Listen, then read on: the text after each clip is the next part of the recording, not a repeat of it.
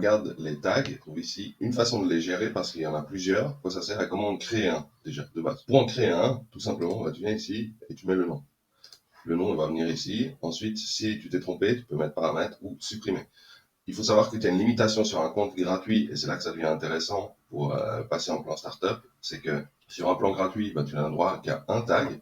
Les tags, ça va beaucoup te servir, on va voir pourquoi. Sur un plan startup, donc de base, tu peux déjà avoir 10 tags. Donc déjà, c'est bien d'y réfléchir. Par exemple, le tag va te servir lorsque quelqu'un va rentrer sur une page de capture, pourrait déjà ajouter un tag. Dire, voilà, il est rentré par cette page-ci. Comme ça, tu as notion de où il est rentré.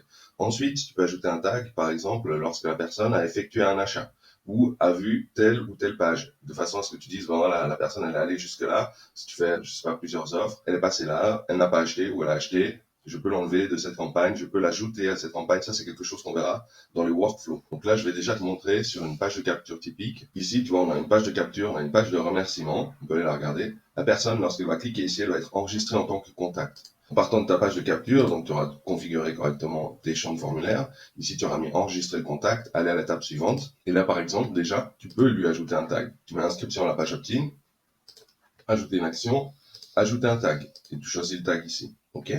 Ce qu'il faut voir sur tes tags, c'est qu'ensuite, ça te permet d'avoir une vue d'ensemble sur ce qui se fait. Par exemple, je peux voir aujourd'hui combien de tags sont entrés hier, au total, des inscriptions. Alors, ici, par exemple, les désinscriptions ont été faites manuellement par moi-même. C'était une raison que j'avais choisie dans une stratégie. Mais par contre, on peut voir ici, par exemple, là, c'est de façon en partie manuelle et en partie automatique. C'est-à-dire quand la personne se désinscrit de la campagne. Et ici, par exemple, c'est juste automatique quand la personne se désinscrit de la campagne.